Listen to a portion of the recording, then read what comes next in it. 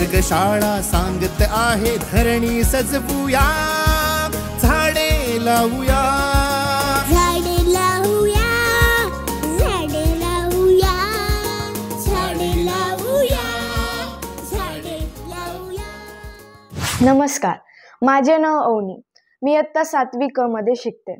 माझा मुख्य विषय हा समाजासाठी विज्ञान आणि तंत्रज्ञान असा असून उपविषय हा शेती अर्थात कृषी असा आहे।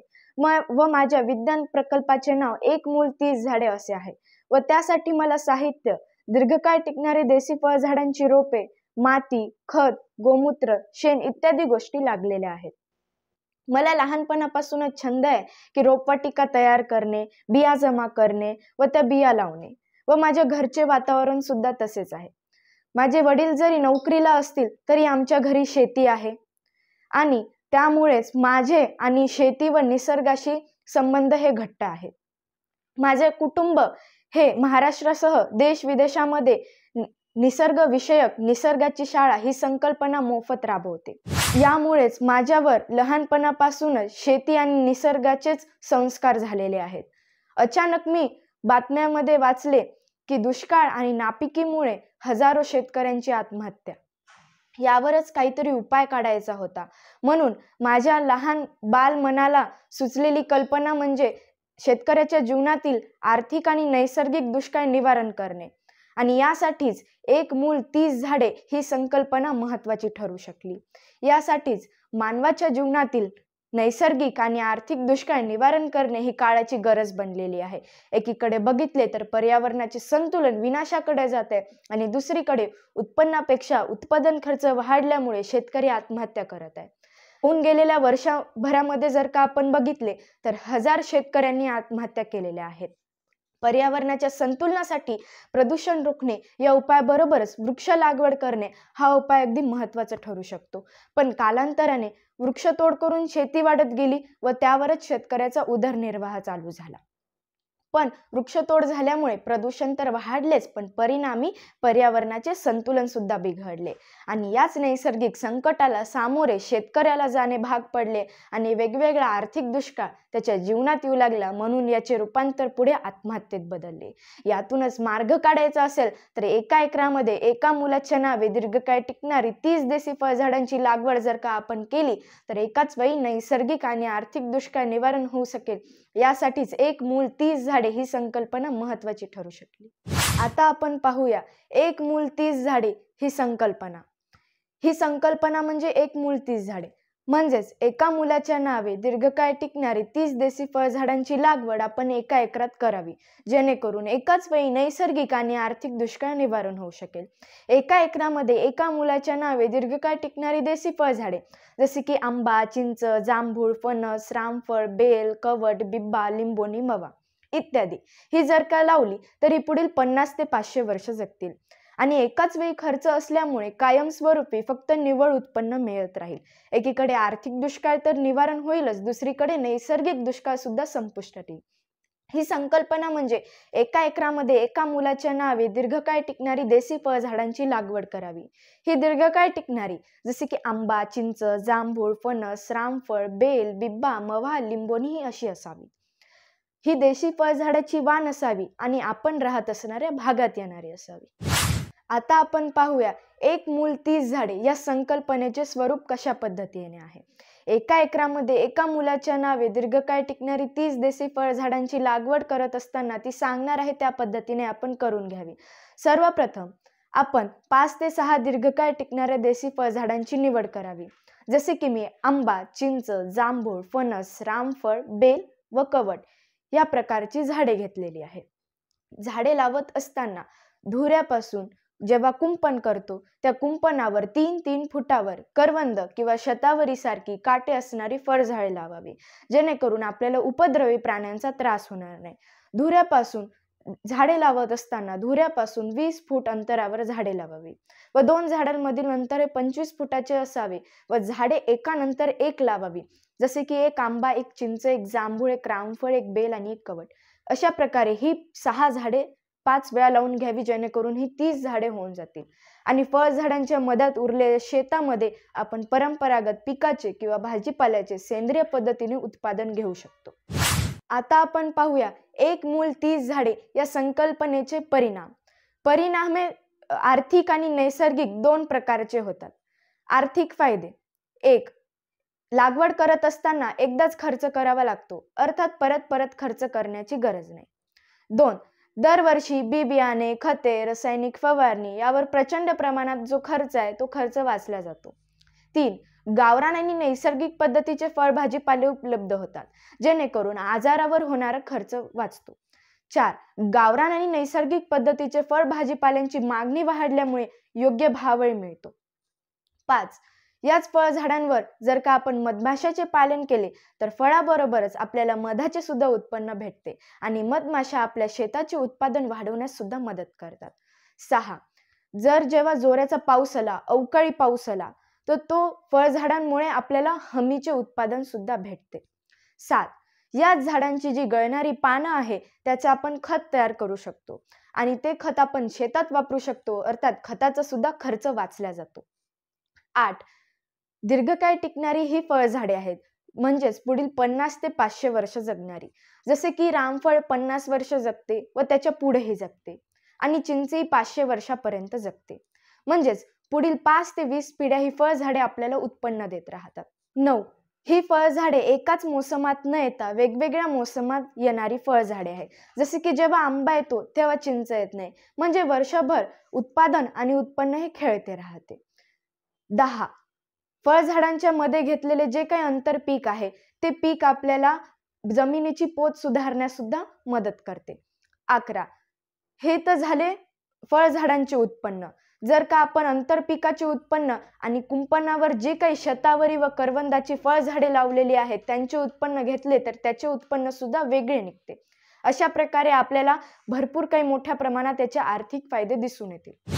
आता पाहूया आपण एक मूल 30 झाडे या संकल्पनेचे नैसर्गिक फायदे. 1. फळझाडांमुळे नैऋत्य दिशेकडून येणारे मोसमी वारे हे झाड अडवते आणि शेतामध्ये पाऊस पडण्याचे प्रमाण वाढवते.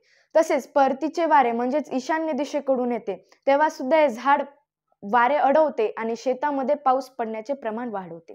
2. पूर्वेकडून उगवत्या सूर्याची किरणे झाडावर पडून त्याची सावली पश्चिमेला पडेल आणि पश्चिमेकडच्या मावळत्या सूर्याची किरणे झाडावर पडून त्याची सावली पूर्वेला पडेल. म्हणजे सावली तर राहिलेच, पण बाष्पीभवनाचे प्रमाण हे कमी प्रमाणात होईल. 3. बाष्पीभवनाचे प्रमाण हे कमी प्रमाणात झाल्यामुळे झाडाच्या खाली पाण्याचा साठा शिल्लक राहील. 4. जेव्हा जोराचा पाऊस येईल किंवा अवकाळी पाऊस येईल तो झाडावर पडेल आणि थेंबाथेंबाने खाली पडेल, जेणेकरून झाडाच्या जमिनीमध्ये पावसाचे पाणी शिल्लक राहील. 5. जमिनीची धूप ही कमी प्रमाणात होते. आता धूप ही 3 प्रकारचे कमी होते. नंबर 1 म्हणजे जेव्हा जोराचा पाऊस येतो तेव्हा तो शेतात पडतो. पावसाच्या पाण्यासह माती सुद्धा वाहून जाते, पण माती वाहून जाणार नाही, कारण झाडावर पडलेले थेंबाथेंबाने खाली जे पडलेले पाणी आहे त्यामुळे झाडाखालची जी माती आहे ती फुगेल आणि त्या फुगलेल्या भागामुळे पावसाच्या पाण्यासह माती बाहेर वाहून जाणार नाही. नंबर 2 म्हणजे झाडावर पडलेल्या थेंबाथेंबाने खाली पाणी पडेल, त्यामुळे झाडाखालची माती सुद्धा वाहून जाणार नाही. नंबर 3 म्हणजे जेव्हा जोराचे वारे येते तेव्हा वारे हे झाड अडवते, पण जर का वारे आत घुसले तर ते वारे जमिनीची काही धूळ सुद्धा उडून घेऊन जाते, पण वारे आत शिरणारच नाही, कारण झाड हे त्या वाऱ्याला अडवते. 6. उन्हाळ्याच्या दिवसात ही दीर्घकाळ टिकणारी फळझाडे गारवा पसरवण्यास मदत करतात, म्हणजेच तापमान कमी करण्यास सुद्धा मदत करतात. 7. ही फळझाडे जैवविविधता वाढवण्यास सुद्धा मदत करतात. 8. अन्नसाखळी निर्माण करण्यास सुद्धा मदत होते. 9.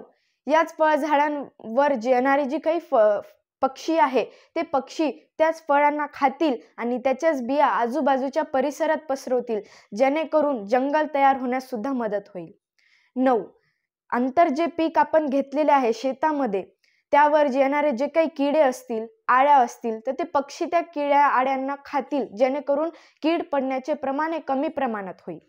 अशा प्रकारे एक मूल 30 झाडे या संकल्पनेचे आर्थिक आणि नैसर्गिक फायदे आपल्याला भरपूर मोठ्या प्रमाणात दिसून येतील, जेणेकरून शेतकरी आत्महत्याच करणार नाही. इथं आता आपण उदाहरण बघूया. बघा, 30 फळझाडांची लागवड केल्यावर ते फळझाड 5 वर्ष वाढेल. व 6व्या वर्षी त्याला फळधारणा चालू होतील. आता 6व्या वर्षी प्रत्येक झाडाचे 1,000 रुपये उत्पन्न गृहीत धरल्यास आपल्याला 30,000 इतके उत्पन्न भेटते. 7व्या वर्षी प्रत्येक झाडाचे 2,000 उत्पन्न गृहीत धरल्यास आपल्याला 30 झाडांचे 60,000 उत्पन्न इतके भेटते. तसेच 8व्या वर्षी 3,000चे उत्पन्न, तसेच 9व्या वर्षी 4,000चे उत्पन्न आणि तसेच 10व्या वर्षी 5,000चे उत्पन्न गृहीत धरले तर आपल्याला 10व्या वर्षी 1.5 लाख इतके उत्पन्न भेटते. आता 6व्या, 7व्या, 8व्या, 9व्या व 10व्या वर्षाचे आपण उत्पन्न बघितले तर आपल्याला 4.5 लाख इतके उत्पन्न भेटते. आणि लागवड केल्यापासून ते 10व्या वर्षापर्यंत सरासरी उत्पन्न बघितले तर आपल्याला 45,000 इतके उत्पन्न भेटेल. इतक्या मोठ्या प्रमाणात जर शेतकऱ्याला उत्पन्न भेटत असेल तर शेतकरी आत्महत्याच करणार नाही. आता मी एक तुम्हाला माझ्या घरचे उदाहरण देते. आमच्या घरी एक रामफळाचे झाड आहे जे की 15 वर्षापूर्वीचे आहे आणि सध्या ते 1 ते 1.5 क्विंटल रामफळ देते. तुम्हाला तर माहीतच आहे की रामफळ बाजारामध्ये 80 ते 100 रुपये किलो झाले. म्हणजेच एक रामफळाचे झाड 8,000 ते 12,000 पर्यंत रामफळाचे उत्पन्न देते. विचार करा, तुमच्या घरी आजोबाने लावलेले आंब्याचे झाड असेल ते किती आंबे देते, त्याला विकल्यावर किती उत्पन्न भेटेल. अशाच प्रकारे आंब्याची झाडं लावल्यावर किती उत्पन्न भेटेल याचा विचार करा. मी यासाठी एक फॉर्म्युला तयार केलेला आहे. OCTT LITC, 1 child and 30 trees life insurance trees corporation, म्हणजेच एक मूल 30 झाड जीवन विमा झाड मंडळ. बघा ते कसे. तर जसे की आपण एका एकरामध्ये एका मुलाच्या नावे 30 फळझाडांची गुंतवणूक करतो व LIC मध्ये आपण एका कुटुंबाच्या नावे LIC काढतो. जसे की आपल्या मुलाच्या नावाने LIC काढतो व दर महिन्याला व 6 महिन्याला आपण हप्ता भरतो व काही वर्षांनी आपल्याला ते पैसे परत भेटतात. पण इथे मात्र एकदा 30 झाडांची गुंतवणूक केली तर आपल्याला वारंवार गुंतवणूक करण्याची गरज पडत नाही आणि आपल्या मुलाला दर वर्षाला पैसे मिळत राहतात. फक्त आपल्या मुलालाच नाही तर पंतू, खापरपंतू व नातू यांना सुद्धा, म्हणजेच पुढच्या 20 पिढ्यांना रॉयल्टी मिळते. म्हणजेच एक मूल 30 झाडे ही संकल्पना म्हणजेच LITC म्हणजेच लाईफ इन्शुरन्स ट्री कॉर्पोरेशन. आता आपण पाहूया एक मूल 30 झाडे या संकल्पनेचे काही उपघटक. नंबर 1 म्हणजे अवनीची रोपवाटिका. यामध्ये मी रोपवाटिका तयार केली म्हणून मी या रोपवाटिकेस माझे नाव दिलेले आहे, म्हणजेच अवनीची रोपवाटिका. तर ही रोपवाटिका कशी तयार करायची? किराण्यातल्या आलेल्या ज्या काही पन्न्या असतात, मिठाच्या पन्न्या असतात, तर त्या पन्न्यामध्ये आपण माती भरून घ्यावी आणि वर्षभरात जे काही आपण फळं खातो त्या फळाच्या बिया जमा करून त्यामध्ये लावाव्या. आणि जेव्हा हे झाड मोठे होईल जसे मी या शेतामध्ये शेतकरी सुद्धा वापरू शकतात. लग्न कार्य असेल, कार्यक्रम असेल, वाढदिवस असेल तर भेट वस्तू देऊ म्हणून सुद्धा देऊ शकतो. आणि ही घर घर नर्सरी ही संकल्पना मराठवाड्याचे आयुक्त केंद्रेकर साहेबांनी प्रत्येक शाळेमध्ये राबवण्यास सांगितलेले आहे. आतापर्यंत शाळांनी हा उपक्रम राबवलेला सुद्धा आहे व हिंगोलीचे कलेक्टर यांना सुद्धा मी एक झाड भेट म्हणून सुद्धा दिलेले आहे. नंबर 2 म्हणजे कंपोस्ट खत. जसे की मी आर्थिक फायद्यामध्ये सांगितले होते, झाडांच्या गळलेल्या पानापासून त्याचे खत तयार करून आपण ते शेतामध्ये वापरू शकतो, अर्थात खताचा सुद्धा खर्च वाचतो. तर इथे कंपोस्ट खत सुद्धा आहे ज्यामध्ये मी झाडांचा पालापाचोळा वापरलेला आहे. नंबर 3 म्हणजे जीवामृत. जीवामृत हे यामध्ये मी शेण, गोमित्र, पाणी, माती आणि गूळ अशा 5 प्रकारचे जे काही मिश्रण आहे ते आपण मिश्रण शेतामध्ये वापरू शकतो खत म्हणून. नंबर 5 बीज संकलन. बीज संकलनामध्ये मी जे काही कलेक्शन करते बियांचे व जे काही रोपवाटिकेमध्ये वापरते तर त्या बिया सुद्धा आहेत ज्यामध्ये लाल हदगा आहे, लाल अंबाडी आहे, पठाडी आहे, कृष्णफळ आहे, काचकोयरी आहे इत्यादी मी फळांच्या बिया आणलेल्या आहे. नंबर 6 मध्ये मधमाशी पेटी. म्हणजे जसे की मी आर्थिक फायद्यामध्ये सांगितले होते, फळझाडांवर मधमाशांचे पालन केल्यास फळाबरोबरच मधाचे सुद्धा उत्पन्न भेटते आणि मधमाशा आपल्या शेताचे व आजूबाजूच्या परिसराचे उत्पादन वाढवण्यास सुद्धा मदत करतात. तर मधमाशी पेटी सुद्धा आहे मधमाशांसाठी. अशा प्रकारे हे झाले याचे काही उपघटक जे की आपल्याला शेतामध्ये आपण जे काही 30 फळझाडांची लागवड करणार आहोत त्याचे संवर्धन करण्यासाठी हे खूप उपयुक्त घटक आहेत. जर आपण एका एकरामध्ये अशा प्रकारे 30 दीर्घकाळ टिकणाऱ्या फळझाडांची लागवड केली तर एकाच वेळी शेतकऱ्याच्या जीवनातील नैसर्गिक आणि आर्थिक दुष्काळ निवारण होऊ शकेल आणि यातूनच शेतकरी आत्महत्या सुद्धा करणार नाही. आणि मला तर असे वाटते की आपण स्वतःच्या एका मुलाच्या नावे एका एकरामध्ये 30 दीर्घकाळ टिकणारे देशी फळझाडांची लागवड करावी, जेणेकरून शेतकरी आत्महत्या करणार नाही. एक मूल 30 झाडे दूर करी शेतकऱ्यांच्या आत्महत्या. धन्यवाद.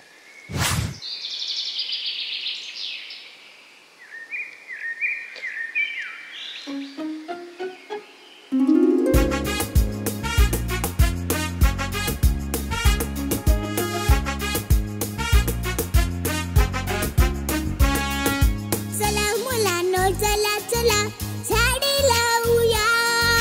माय बाप आपले जसे झाडे जपूया. चला मुलांनो, चला चला झाडे लावूया. माय बाप आपले जसे झाडे जपूया. निसर्ग शाळा सांगत आहे धरणी सजवूया. झाडे लावूया. झाडे लावूया. झाडे लावूया. झाडे लावूया. झाडे लावूया.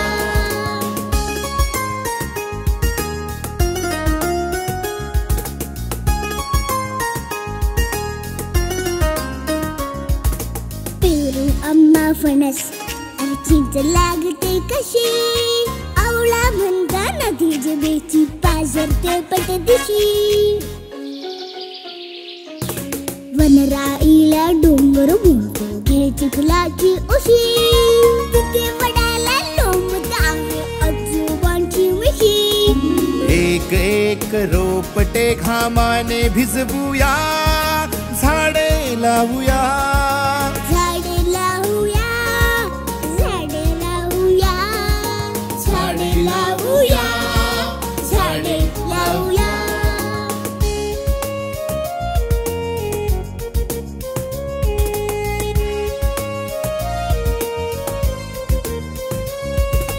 अवणीचे या लग्न लावूया. रक्षूया रक्षिता. झाडे गातील मंगल गाणी थेंबांच्या अक्षरा. पानोपानी वाहे सळसळ खळखळणारी गाणी. रानपाखर सुरात गातील हिरवी अभंगवाणी. नवरा राघू शेजारी मैनेस बसवूया. झाडे लावूया.